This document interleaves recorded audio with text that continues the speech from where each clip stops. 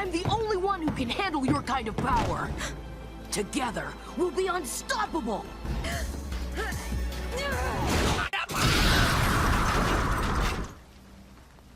Hey everyone, if you were like me, then you were probably surprised at the events that took place in Alone at Sea. I could not have imagined Jasper returning in this way, yet she did.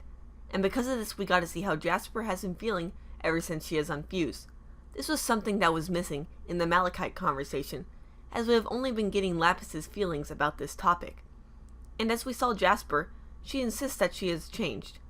It'll be better this time. I've changed. You've changed me. Now, of course, this is not the same type of change that humans go through. Rose makes it clear that gems aren't capable of growing up, but perhaps she was alluding to more of the physical side of things, because we have seen gems like Peridot that have gone through major character development, and consequently have grown as a gem. Or perhaps Rose did not know that gems could do this, but no matter the case, the Jasper we saw in Alone at Sea was nowhere near the veteran of war we saw in The Return. In fact, I want to go as even far as to say that she is now fusion crazy, and getting rejected by Lapis only made things worse. This is in stark contrast to Jasper's initial views on fusion. She saw fusion as a cheap way for the weak to become stronger.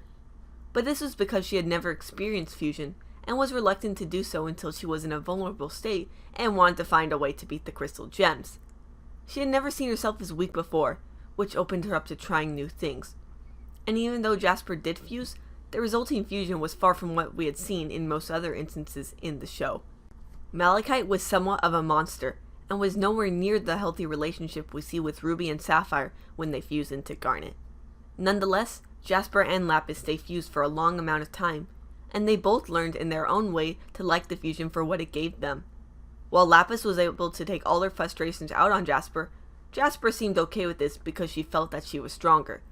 Not strong in the way that someone should be strong, but her version of strong.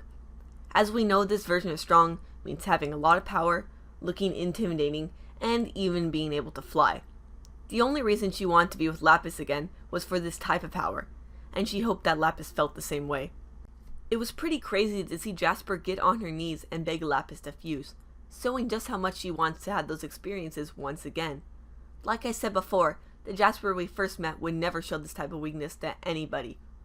Jasper is desperate and powerless, and getting rejected by Lapis is probably going to make her do some crazy things. She wants to relive the strength that she got from Malachite, and if it cannot be with Lapis, then it has to be with someone else. Would she force one of the crystal gems into fusing with her, or other gems we have yet to see? Whatever happens, I do not believe this part of Jasper's story will end well. Which begs the question, does this ultimately lead to corruption? Well, as Garnet told us, corruption is a tear of the mind. Because Jasper has changed in such a dramatic way, I see that it may be possible that this tear is starting to form, perhaps in combination of being rejected and also by getting hurt physically. This is assuming that there is more than one way to become corrupted.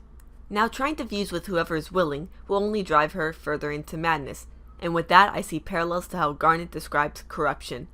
But even if she does become corrupted, I see it as a possibility that her redemption will come when she gets healed, assuming the crystal gems figure out how to do so.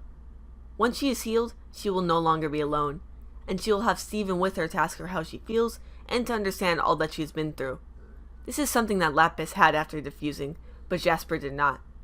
Isolation is what brought Jasper to the point that we saw her at in Alone at Sea.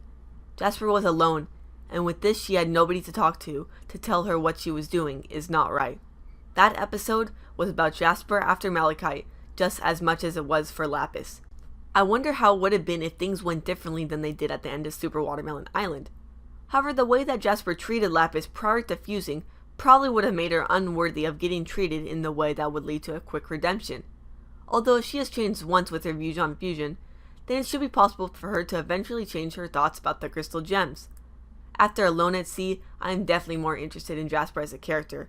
She has a lot of potential for change, but I hope after the mistakes that she is bound to make, that she will eventually make some good decisions. I hope you enjoyed this theory video, which was suggested to me by Murderous Cat, an amazing Patreon supporter.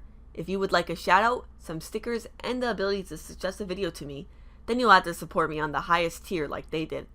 But for those that just want early access to my stickers and a shout out, I've created a new rewards tier for that as well. Also, for those that just want stickers, in an upcoming video, I'm going to talk about how to get your hands on some. Speaking of Patreon, I have a boatload, alone at sea pun not intended, of a new Patreon supporters. So thank you Murderous Cat, Michael Hahn, Kate Burkemper, Aiden Alvin, the Ludi Colo Man, Jacob Dack, and Raziel Blanco. Thanks for watching!